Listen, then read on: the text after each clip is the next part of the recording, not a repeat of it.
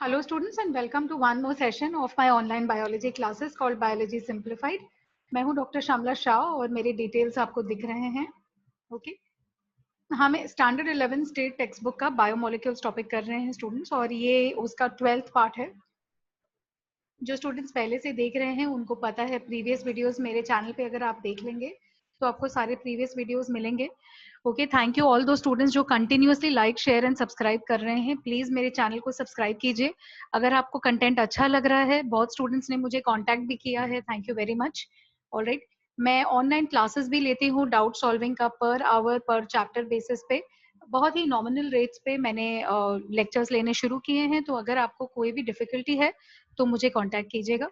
And please don't forget कि आप subscribe कीजिए चैनल को. बेल आइकन है, वो बेल आइकन को दबा दीजिए तो आपको सारे नोटिफिकेशंस जो है वो मिल जाएंगे.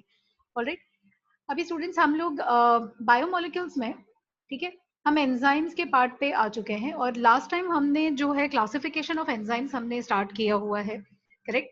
सो अभी एंजाइम क्लासिफिकेशन में वी सॉ ट्रांसफरेजेस. अभी तीसरे कैटेगरी पे आते हैं. ओके, नॉमेनक्लेचर में क्लासिफिकेशन 7 क्लासेस जो है वो कर रहे हैं हम.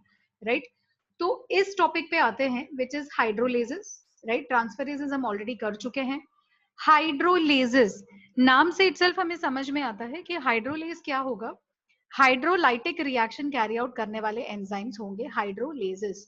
ओके, सो इसमें क्या होगा कि we know what is hydrolysis reaction. अगर आपको याद है तो वाटर मॉलिक्यूल अगर आप किसी भी बॉन्ड पे ऐड करते हैं और वो बॉन्ड को आप ब्रेक करते हैं with the help of water molecule, तो वो हाइड्रोलाइटिक रिएक्शन हो गया. राइट, सो हाइड्रोलिसिस जो है ये हाइड्रोलाइटिक रिएक्शंस को कैरी करते हैं, कैरी आउट या कैटलाइज करते हैं हमारे सेल्स में. ओके, फिजियोलॉजिकल टेम्परेचर पे और फिजियोलॉजिकल पीएच पे. करेक्ट. इस क्लास में आपके पास आते हैं आपके अमाइलेजेस, प्रोटीएजेस, लाइपेजेस. ऑलराइट, अभी स्टूडेंट्स जिन्होंने पहले से मेरे साथ में स्टडी किया है, अगर आपने कंटिन्यूअसली स्टडी किया है तो आपको एक चीज याद रहनी चाहिए, है ना. सेल स्ट्रक्चर में ऐसा कौन सा सेल ऑर्गेनल है जिसमें हाइड्रोलाइटिक एंजाइम्स होते हैं? कौन सा सेल ऑर्गेनल है जिसमें लाइटिक एंजाइम्स या हाइड्रोलाइटिक एंजाइम्स होते हैं? जिन सबने स्टडी किया अभी तक उनके फर्स्ट आंसर आ गया होगा कि they are, what are they? सोचो. ओके, लाइटिक एंजाइम्स जिसमें होते हैं, there is an organelle which are lysosomes. Right है. ओके, तो ऐसे आपको कनेक्ट करना आना चाहिए कि जब भी आप एक टर्म सुनते हैं एक टॉपिक में तो दूसरे टॉपिक के साथ में उसका कनेक्शन आपको बिल्कुल फास्ट आ जाना चाहिए. राइट, एग्जाम्पल्स है ना, जैसे सुक्रेज एंजाइम है, ये एक हाइड्रोलाइटिक एंजाइम है. ओके, तो sucrose is basically table sugar, है ना, जो हम चाय कॉफी में शक्कर लेते हैं. उस शक्कर को अगर आपको ब्रेक डाउन करना है बॉडी के अंदर, वो ब्रेक डाउन होता है into glucose and fructose. Right, glucose plus fructose. और ये रिएक्शन कौन कैटलाइज करता है? सुक्रेज. कैसे कैटलाइज करता है? ये एक हाइड्रोलाइटिक रिएक्शन है. therefore the enzyme becomes a hydrolase type of enzyme. Correct है. ओके, सो ये तो बहुत इजी था. फिर आते हैं नॉर्मल लाइजेस. अब ये लाइजेस जो हैं, ओके, ये ऐसे रिएक्शंस कैटलाइज करते हैं जिसमें एलिमिनेशन होता है. ओके, तो बेसिक केमिस्ट्री आपको पता है, एलिमिनेशन रिएक्शन मतलब क्या? एक पर्टिकुलर एटम या ग्रुप ऑफ एटम्स को निकाल देना. राइट, तो फॉर एग्जांपल आपका सबस्ट्रेट मॉलिक्यूल कुछ ऐसा है जो सैचुरेटेड मॉलिक्यूल है. करेक्ट है, कार्बन की सारी वैलेंसी कंप्लीटली सेटिस्फाइड है और उसमें डबल ट्रिपल बॉन्ड्स वगैरह नहीं है. राइट, अगर ये मॉलिक्यूल पे आपने एक ग्रुप ऑफ एटम्स को एलिमिनेट कर दिया, निकाल दिया, कम कर दिया, तो क्या हो जाएगा? कार्बन की वैलेंसी सेटिस्फाई नहीं होगी, वहां डबल बॉन्ड आ जाएगा. करेक्ट है. तो ऐसे एंजाइम्स जो एलिमिनेशन टाइप के रिएक्शंस कैटलाइज करते हैं, विच मींस एक सबस्ट्रेट मॉलिक्यूल में से एक ग्रुप ऑफ एटम्स को निकाल देना ताकि जो बचे हुए कार्बन एटम्स हैं उनके बीच में डबल बॉन्ड तैयार हो जाए. Okay, these type of reactions are catalyzed by enzymes जिनका नाम हमने दे दिया है लाइज. ओके, क्या नाम दे दिया है? Lyase enzymes. ओके, इसमें एग्जांपल्स कौन से आ गए? एग्जांपल्स है aldolases, decarboxylases, dehydratases. Okay, and for example fumarate, hydratase etcetera, है ना. ये इस तरीके के जो एंजाइम्स हैं ये लाइज टाइप ऑफ एंजाइम्स के एग्जांपल्स हैं. करेक्ट है. For example histidine. Okay, histidine जो है सेल में ये एक अमाइनो एसिड का काम करता है, इट्स एन अमाइनो एसिड। अब अमाइनो एसिड के साथ में जब लाइज रिएक्ट करेगा, for example histidine D carboxylase. अभी डी कार्बोक्सिलेज का क्या मतलब है? डी कार्बोक्सिलेज मतलब CO2 के मॉलिक्यूल को निकालना, removal of CO2 is D carboxylation, correct है। तो अभी ये एंजाइम ने क्या किया, हिस्टिडीन में से CO2 को गायब कर दिया, निकाल दिया। तो यहाँ पे हमने क्या स्टडी किया था, ग्रुप ऑफ एटम्स निकाल दिए सबस्ट्रेट से, क्या होगा, डबल बॉन्ड बन जाएगा। तो हिस्टिडीन का हो जाएगा हिस्टामाइन, जिसमें कार्बन कार्बन डबल बॉन्ड है, प्लस CO2 जो है ये निकल के बाहर आ गया है। ये किस तरीके का रिएक्शन हो गया? Okay, this is a elimination reaction. और ये किस तरीके का एंजाइम हुआ हिस्टिडीन डीकार्बोक्सिलेज? ये हो गया लाइज। यस और नो? ओके, तो ये एग्जांपल्स ऑब्वियसली स्टूडेंट्स आपको याद रखने हैं। देखिए डिस्क्रिप्शंस जो हैं हर एक एंजाइम टाइप के एक एक दो दो सेंटेंसेस के ही हैं, है ना। तो डिस्क्रिप्शन के साथ में आपको एग्जांपल याद रखना, it is very important. Okay, please be careful of spellings, है ना। स्पेलिंग अगर डिफिकल्ट लगे तो एक दो बार लिख के प्रैक्टिस कीजिए, आ जाएगा, ठीक है। फिर आते हैं आइसोमरेजेस पे, है ना। आइसोमरेजेस, ओके, ये ऐसे एंजाइम्स हैं जो एक ही मॉलिक्यूल के स्ट्रक्चर को जोड़ तोड़ के चेंज करते हैं, रीअरेंजमेंट। ओके, रीअरेंजमेंट मतलब क्या, पहले एटम एक जगह पे था, उस एटम को उसी मॉलिक्यूल में से सेकेंड पोजीशन से निकाल के थर्ड पोजीशन में डाल दिया। या कोई फंक्शनल ग्रुप है जो सेकेंड कार्बन एटम पे अटैच्ड है, उसको निकाल के थर्ड कार्बन एटम पे डाल दिया, है ना।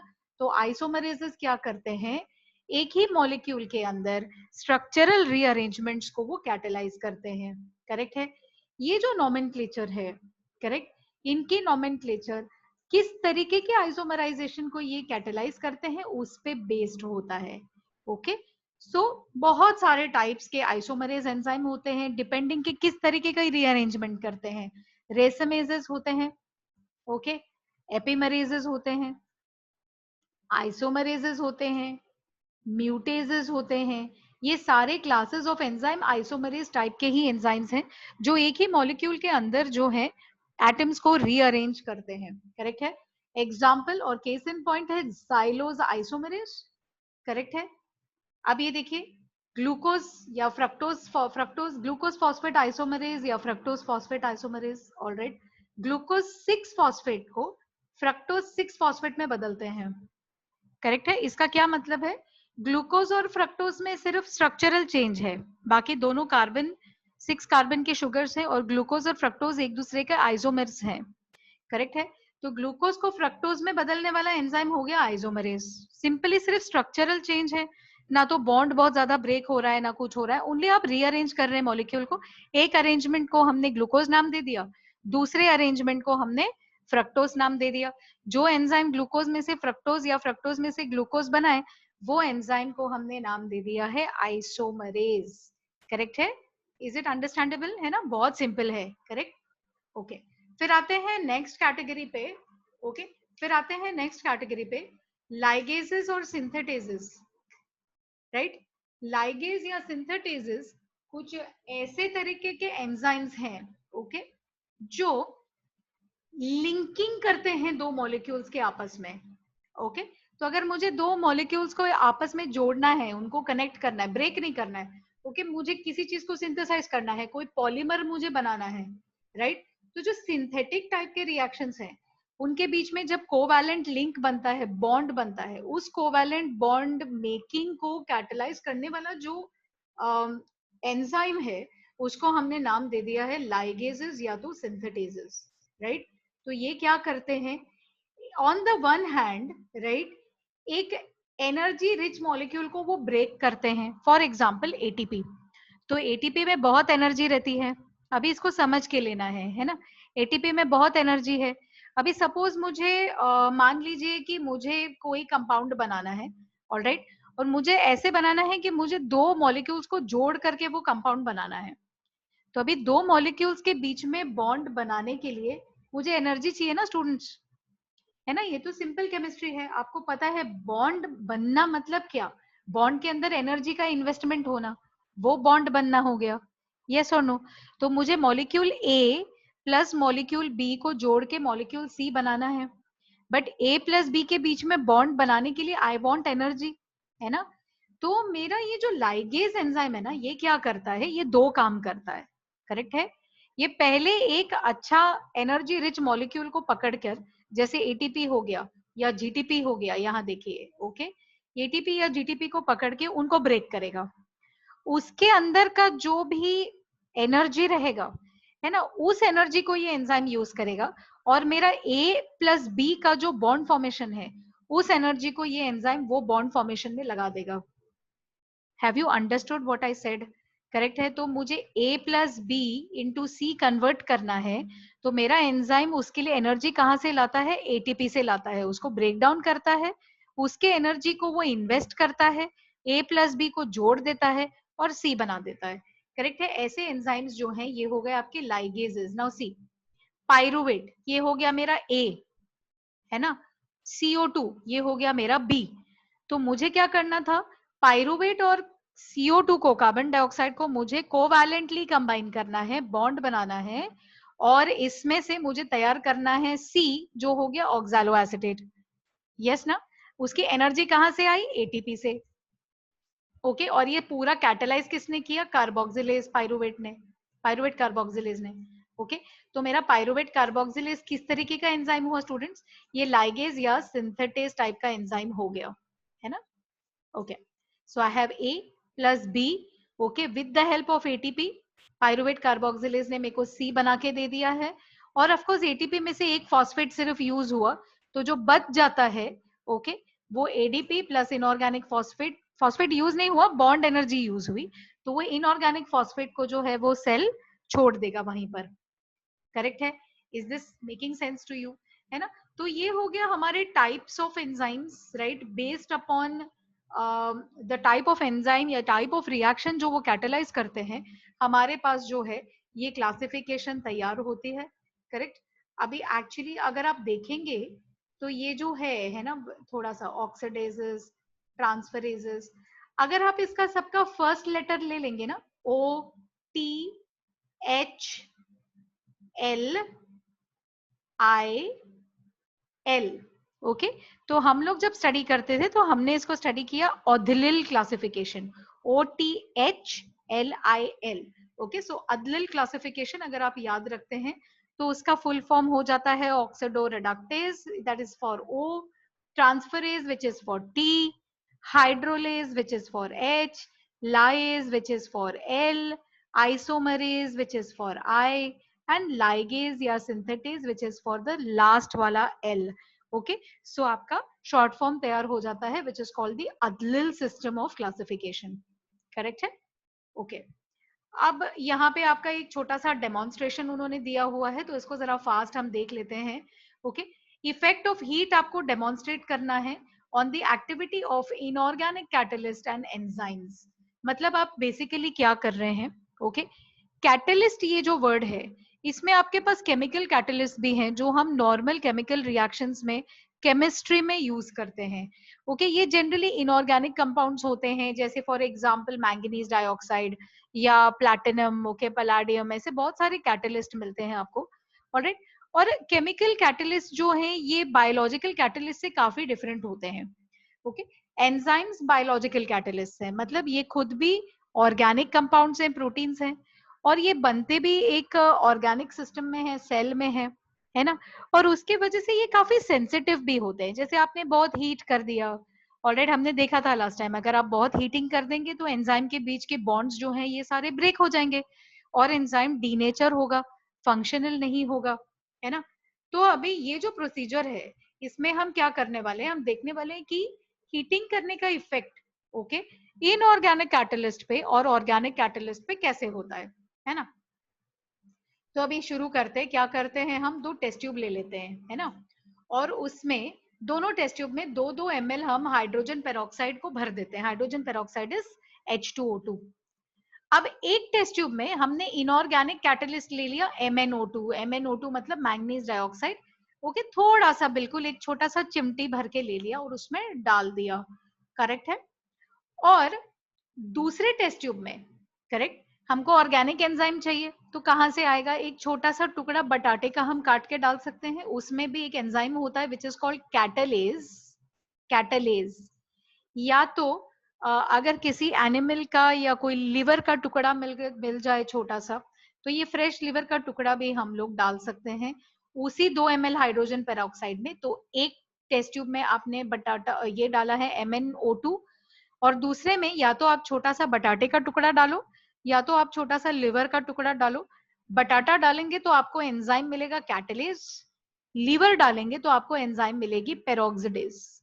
ओके, ठीक है। तो इन इफेक्ट आपने क्या किया है, एक टेस्ट ट्यूब में मैंगनीज डाइऑक्साइड इनऑर्गेनिक कैटलिस्ट का काम कर रहा है, दूसरे टेस्ट ट्यूब में या तो आपका बटाटे का टुकड़ा या तो liver organic enzyme bio catalyst provide कर रहा है। हाँ, ये है कि आप जो टिश्यू यूज करेंगे उस बेसिस पे आपका एंजाइम जो है वो चेंज होगा। एक जगह आपको कैटलेज मिलेगा, एक जगह आपको पेरोक्सिडेज मिलेगा। ठीक है, ऐड करने के बाद, हाँ, अगर गर्मी के समय आप ये एक्सपेरिमेंट करते हैं तो रूम टेम्परेचर पे दोनों ट्यूब्स को छोड़ दीजिए। अगर ठंडी में करते हैं तो दोनों टेस्ट ट्यूब को एक इंक्यूबेटर में डाल के 38 डिग्री सेल्सियस टेम्परेचर सेट कर देना है।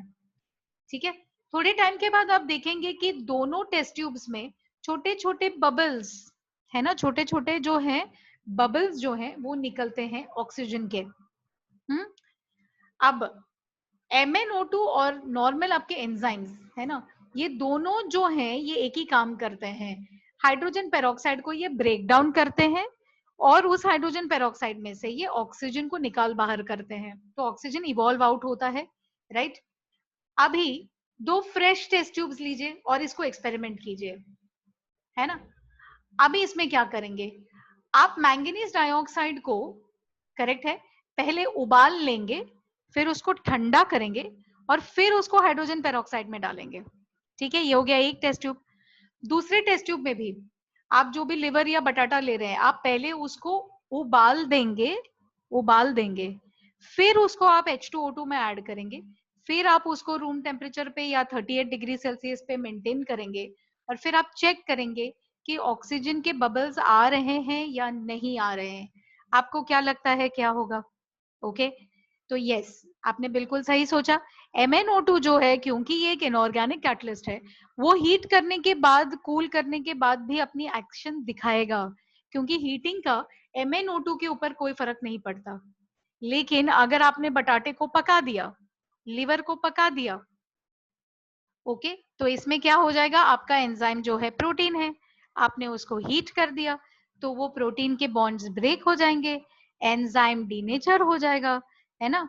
तो ये पका हुआ आलू और पका हुआ लिवर का जो टुकड़ा है, ये आपको एंजाइम की एक्टिविटी नहीं दिखाएगी, विच मीन्स पहले वाले ट्यूब में ऑक्सीजन के बबल्स अभी भी निकलेंगे, ऑलराइट, लेकिन सेकेंड वाले टेस्ट ट्यूब में क्योंकि आपने पूरा हीट कर दिया है आलू को या तो लिवर को, एंजाइम खराब हो गया है, उसके कारण जो है यहाँ पे you will not have oxygen, oxygen का एवोल्यूशन नहीं होगा, करेक्ट है। तो इससे हमने क्या सीखा कि अगर आप एंजाइम के साथ में काम कर रहे हैं और वो एंजाइम नॉर्मल टेम्परेचर पे काम करने के लिए बनी है, आप उसको अगर हीट कर देंगे तो वो एंजाइम अपनी एक्टिविटी नहीं दिखाएगा, करेक्ट है। बहुत सिंपल है इसको समझना, है ना। Is a very simple experiment, ये दिखाने के लिए कि जो बायोलॉजिकल सिस्टम्स हैं, है ना, वो टेम्परेचर को लेकर के बहुत ही सेंसिटिव हैं, correct. So that is how we understand this, right. अब आ जाते हैं मैकेनिज्म पे।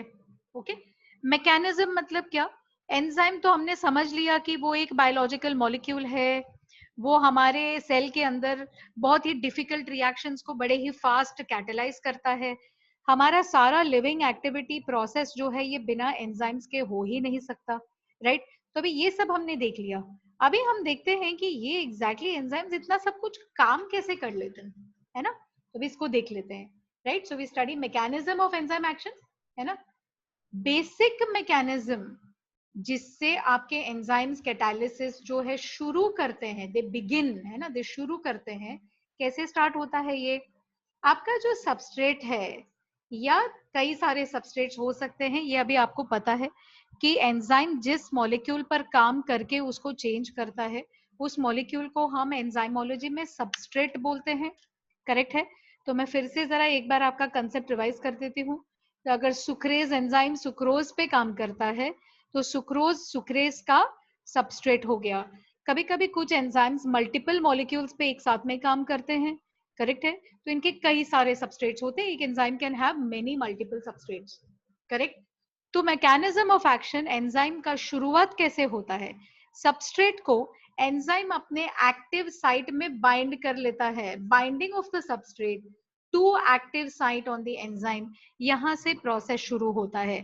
ओके, एक्टिव साइट स्टूडेंट्स जिन्होंने पहले के वीडियोस देखे हैं उनको अच्छे से पता है, पूरा का पूरा एंजाइम सबस्ट्रेट पे बाइंड नहीं होता, एंजाइम का एक पर्टिकुलर हिस्सा होता है, जैसे ताले का एक हिस्सा होता है जहां पे चाबी अंदर फंसती है, वैसे ही वो स्पेसिफिक हिस्सा होता है एंजाइम में जहां पर सबस्ट्रेट फंसता है, और उस स्पेसिफिक हिस्से को हम लोगों ने नाम दे दिया है एक्टिव साइट, करेक्ट है।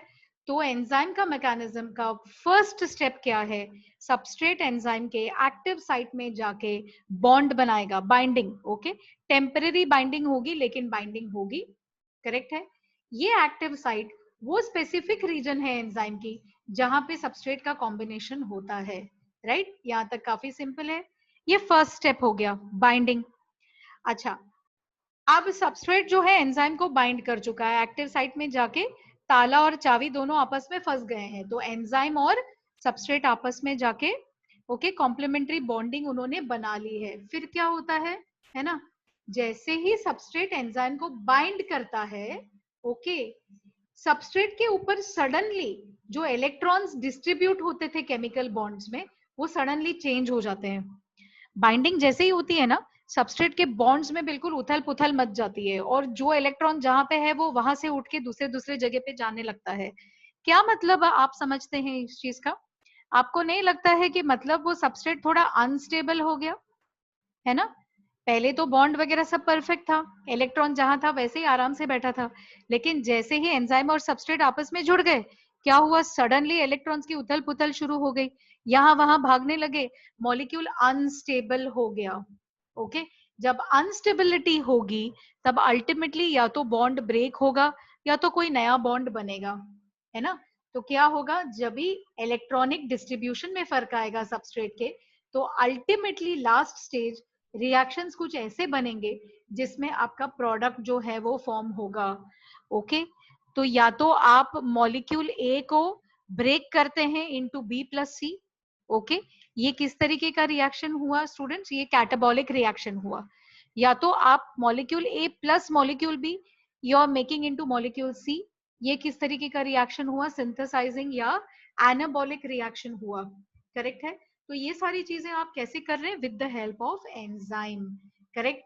जैसे ही सबस्ट्रेट प्रोडक्ट में बदलता है, प्रोडक्ट का जो शेप है ना, वो सबस्ट्रेट के शेप से अलग है, तो क्या अभी एंजाइम उसको पकड़ के बैठेगा? एंजाइम उसको पकड़ नहीं पाएगा अभी, क्योंकि प्रोडक्ट की शेप बहुत अलग हो गई। तो इमीडिएटली प्रोडक्ट जो है एंजाइम से रिलीज हो जाएगा, करेक्ट है, प्रोडक्ट रिलीज हो जाएगा, और एंजाइम जो है जैसे के तैसे वापस अपने पुराने रूप में आ जाएगा, करेक्ट है। इसको हम क्या बोलते हैं, रीजेनरेशन। तो पूरे प्रोसेस में एंजाइम भले ही थोड़े टाइम के लिए उसने अपना स्ट्रक्चर बदला होगा, बट एट द एंड वो वापस अपने पुराने फॉर्म में आ जाता है, करेक्ट है। इसीलिए हमने एंजाइम को क्या नाम दिया है, बायोलॉजिकल कैटलिस्ट। कैटलिस्ट वो चीज है जो रेट ऑफ रिएक्शन को बढ़ाता है, लेकिन वो खुद पार्टिसिपेट नहीं करता है रिएक्शन में, वो रिएक्शन का भाग नहीं बनता है, वो एंड में वापस अपने रूप में आ जाता है, करेक्ट है। अब वापस से एक बार फटाफट हम देख लेते हैं कि स्टेप्स क्या है स्टूडेंट्स। पेन पेपर लेके बैठे हो तो स्टेप्स जरा फटाफट नोट डाउन करो। फर्स्ट स्टेप एंजाइम के मैकेनिज्म में क्या है, सबस्ट्रेट एंजाइम के एक्टिव साइट में बाइंड होगा, सबस्ट्रेट एक हो सकता है या बहुत हो सकते हैं।